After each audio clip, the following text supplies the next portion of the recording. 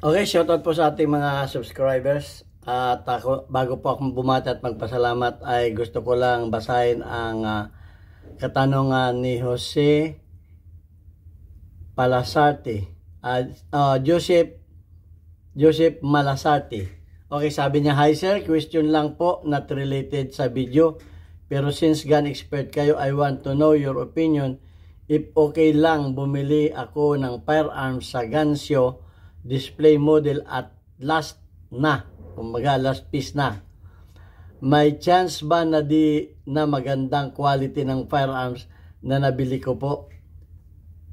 The model of firearms I'm talking about is Springfield Armory Hellcat Micro Compact. Looking forward po sa reply nyo." Okay, re-reaction na natin yan. Yung mga last piece na naka-display kung maganda ba. Okay, so at ang isa pa ay itong katanungan ito maraming beses na ang tinanong ito sa akin, kaya re-reactionan ko na rin, ni Bagat Singh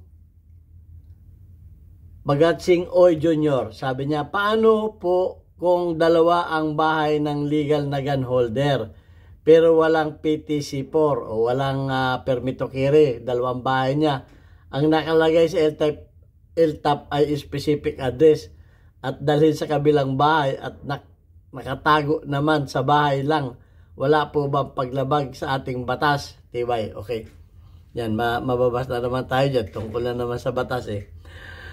Okay, bago ko po yan sagutin ay gusto ko lang kayong pasalamatan sa patuloy ninyong pag-share ng ating mga videos, sa pagla-like. At lalo tigit, nagpapasalamat ako doon sa mga silent viewer na hindi nag-skip ng ads. Dahil kayo po ay malaking tulong sa ating mga beneficiary. Ang kagaya po na sinabi ko, ang aking YouTube channel ay ginawa ko hindi para dagdag kita. Maganda po ang kita ko dito sa aming kumpanya. 20 years na po akong firearms instructor at ngayon ay consultant na dito sa aming kumpanya, may din shooting range dito sa Kuwait. So, ginawa ko lamang ang aking YouTube channel para makatulong na rin sa ating mga kababayan na nahihirapan magpagawa ng baril dahil konti lang ang mga gunsmith sa atin. Yung iba naman ay kayang i-DIY. Okay, at maraming salamat dahil yung ating mga estudyante na at least nabibigyan natin ng pambaon ay natutulungan.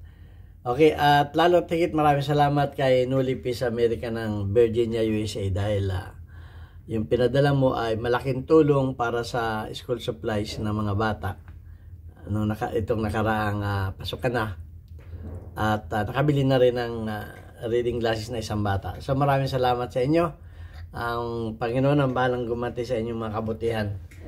Okay, so puntahan na natin yung muna natin puntahan ay itong isa, yung last piece.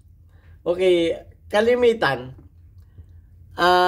yung last piece ay yan ay maganda para sa akin. Bakit? Yung mga naka-display, dahil hindi naman sila magdi-display ng may mga defective, kahit yung may kaunting damage halimbawa, hindi sila dahil yan ang sinusuri ng mga buyer eh. Yan ang tinitingnan ng mga buyer. Hindi naman yan pinuputok sa loob ng Hindi naman yan pinuputok sa gansyo eh. Okay, mga naka-display, hindi naman pinuputok yan eh. So, yan ay maganda para sa akin. Hindi yan magdi-display ng hindi maganda. Kung yan ay may kaunting yung iba, nakakabili pa ng yung nagreklamo pag uwi nila, may kaunting bitak, may kaunting crack, may kaunting damage na ganun. Pero yan, sa dami na ng kumilatis dyan, yan ay hindi sila magdi-display ng kahit may kaunting, kumbaga kaunting kapansanan yan o kaunting kapulaan yan. Kaya yan ay maganda. At isa pa, kaya yan ay last piece na. Yung model na yan, actually yung sinasabi mong model na Springfield Armory Hellcat Micro Compact, maganda talaga yung model na yan. Kaya yan ay parang tinapay na ubos na. Dahil kung hindi yan maganda, ay hindi maubos yung kanilang hindi maubos yung kanilang stock. O, edi, kumbaga, marami ang bumili. Kumbaga, yan ay best buy dun sa gansyo na yon. Kaya, naubos na yung, So, maganda yan. Talagang maganda yung, na yan. At, hindi naman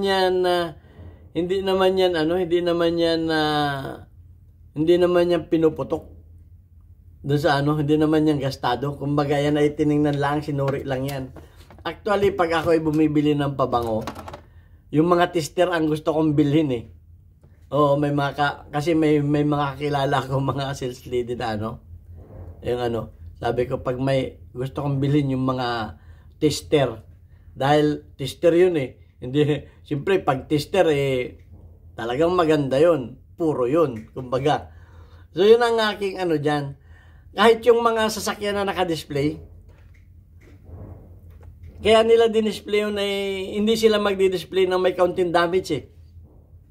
Kasi pag may counting damage o may counting kapansana o kapulaan siyempre atras yung hindi pala maganda yan. Okay ganon. So, walang problema kung yan ay last piece, naka-display doon sa gun store, yan po ay maganda. At hindi sila ang sa akin, hindi sila magdi-display ng hindi maganda. May damage. Okay, so ayan, nasagot ko na kasagutan na Joseph. At yun namang sunod na tanong, kung ang bahay mo ay dalawa, baka dalawang misis, joke. Okay, kagaya ko, dalawa rin ang bahay ko. Meron akong bahay sa Mindoro, meron akong bahay sa Laguna. Ngayon, siyempre pag kumuha ka ng iltap, ilalagay mo yung address mo. Mamimili ako ngayon kung saan aling address ang ilalagay ko kung in-address ko ay nasa Laguna. At walang permit to carry di sa Laguna kumbaga ang poproteksyonan lamang nung yung baril ay yung property mo sa yung bahay mo sa Laguna. Hindi kasali yung bahay ko sa Mindoro. Sa bagay, kung yan naman mga baril, hindi naman yan basta-basta tayo sinisearch ang mga bahay. Maliban lang kung tayo nagkakaso o tayo ay may nagchucho sa atin, tayo ay nagpaputok dyan. Kung halimbawa, ikaw ay nalasing, yung baril mo ay pinutok mo doon sa pinutok mo. Edi siyempre, malalaman na may baril ka doon, ay chichikin yan kung may license ba yung baril mo. Dahil may kaso ka ng illegal discharge doon. Huwag ka lang gagawa ng krimen. Pero kung nasa bahay lamang yan, nakatago, kung tatanong mo, may paglabag ka sa batas noon. May paglabag ka sa batas. Dahil hindi doon naka-address yung bahay mo Hindi naka-address doon yung baril mo So may paglabag ka. Ang sa akin lang, itago mo na. Bahala na kung may magchucho sa iyo na may baril ka doon. Pero pag nahuli yon sa bahay mo ay merong paglabag sa batas. Illegal possession of firearms yun. Dahil yung baril mo ay hindi yun yung tamang posisyon ng iyong baril. Okay? Kahit pa yun ay pag yan ay nahuli sa ibang lugar, awan ko lamang kung nahuli sa ibang lugar kasi ang baril mo at hindi naka-address do sa bahay na yun, correct me if I'm wrong, illegal possession of firearms yan dahil yung baril mo ay wala dun sa address na yun hindi dun naka-address. Kahit pa bahay mo yun, hindi naman dun naka-address yung baril mo. Okay, kaya nga pag yan ay binili mo ay meron yang permit to transport. Ang permit to transport niyan ay mula doon kung sa krami mo kinuha yan, mula sa krami o sa police station hanggang bahay mo kung saan naka-address yan. Pag yan ay nahuli, papunta dito yung address ng bahay mo, papunta na, doon ka naman nahuli sa west, ay ang bahay mo yung nasa east. Illegal possession of firearms ka ngayon. Bakit papunta ka dyan? Ay nandito ang address ng baril mo. So yan, marami na naman tayong baser dito. Dahil batas na naman yung na yan Yun ang pagkaintindi ko, ha. Ewan ko, correct me if I'm wrong, kung ako'y mali. Dahil kaya nga may address yung bahay mo, wala kang permit to carry. Yan ang hirap sa atin sa Pilipinas, may mga permit to carry pa. Sa ibang bansa, hindi na kailangan, basta may license ka, kahit saan mo nadalhin yan eh. Ay sa atin, yun ang hindi ko rin gusto. Bakit may license ka na? Bakit ka pa binigyan ng ng license? Binigyan ka na nga ng license, tapos yung baril sa tingin ko dagdag kita ng gobyerno yan eh. Dagdag kita ng gobyerno dahil mahal din yung permit to carry. Kasi yung ibang bansa, basta't meron kang license, ay daladalayan mo na. Lisensyado ka nga eh. Allowed ka eh. Allowed ka na magkamero ng baril, tapos hindi ka allowed na magbitbit ng baril. Anong klaseng batas natin yan? Talaga hindi ko maintindihan yan. Pasensya na kayo mga mga magagawa ng batas. Inallowed ninyo kaming magkaroon ng baril, pero hindi ninyo naman kami inallowed na magdala ng baril. At para ka magkameron pa para mo pa madala yung baril mo, magagastos ka pa ng isang katutak na. Kaya ang sabi nga nila kawawa yung mga mahihirap eh. Na gusto rin namang ipagtanggol yung kanilang sarili. Na hindi nila may pagtanggol yung sarili nila dahil nga gastos eh. Iba pa sa gastos, abala pa. Mantakin mo yan. So, wala tayong magagawa. Yan ang batas natin. Pikit mata tayo ngayon na susunod sa batas. Yan. Pikit mata tayo na susunod sa batas. Kumbaga, para kang binigyan ng para kang binigyan ng driver license.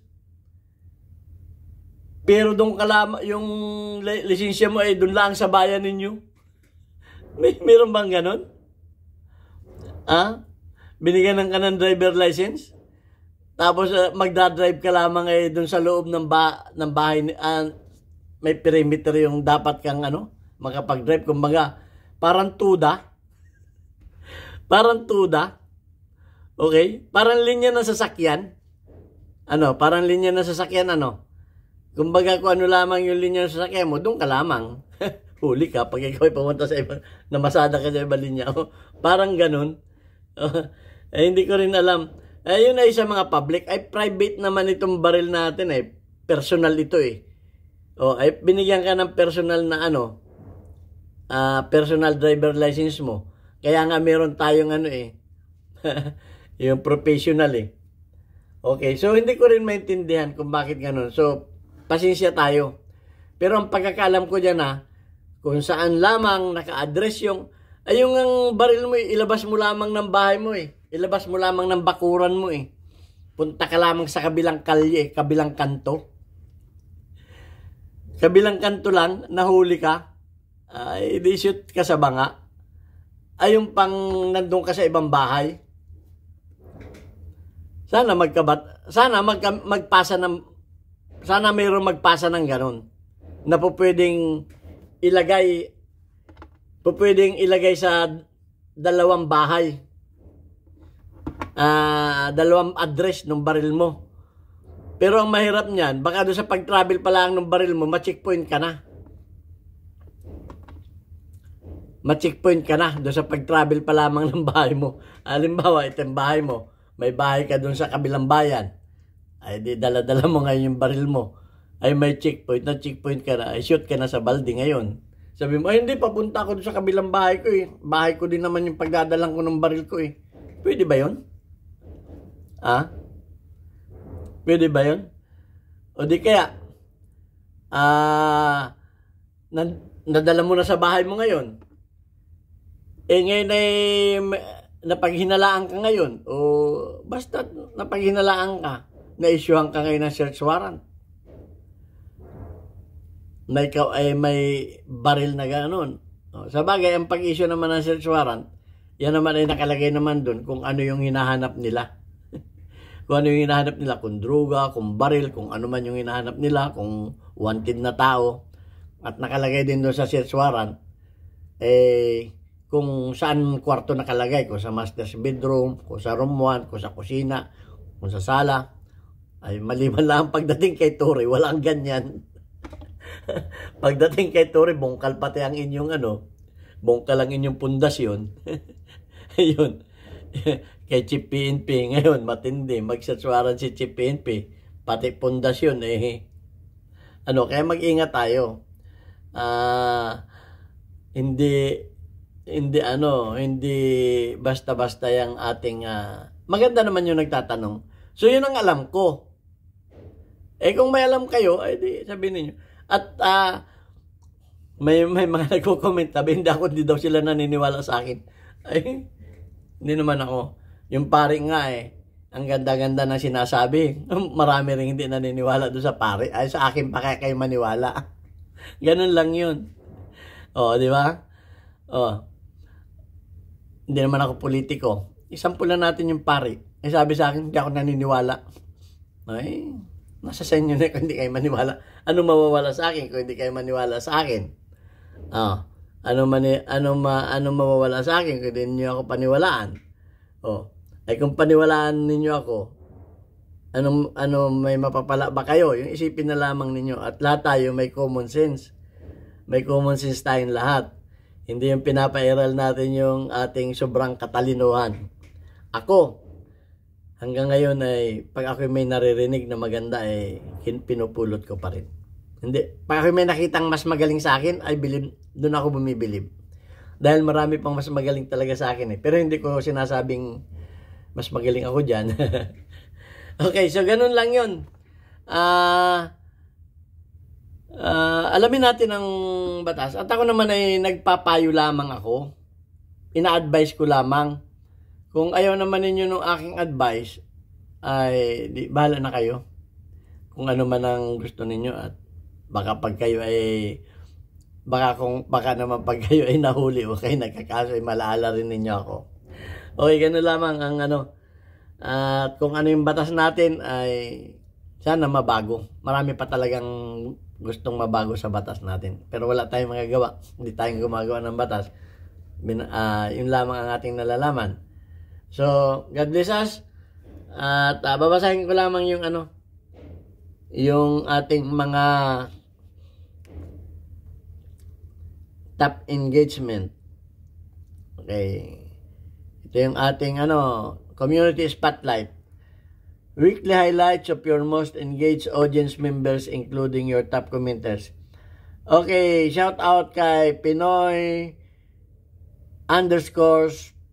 _firearms_custodian. Meron kang 76 engagement. At shout out din kay Jocelyn Amarili.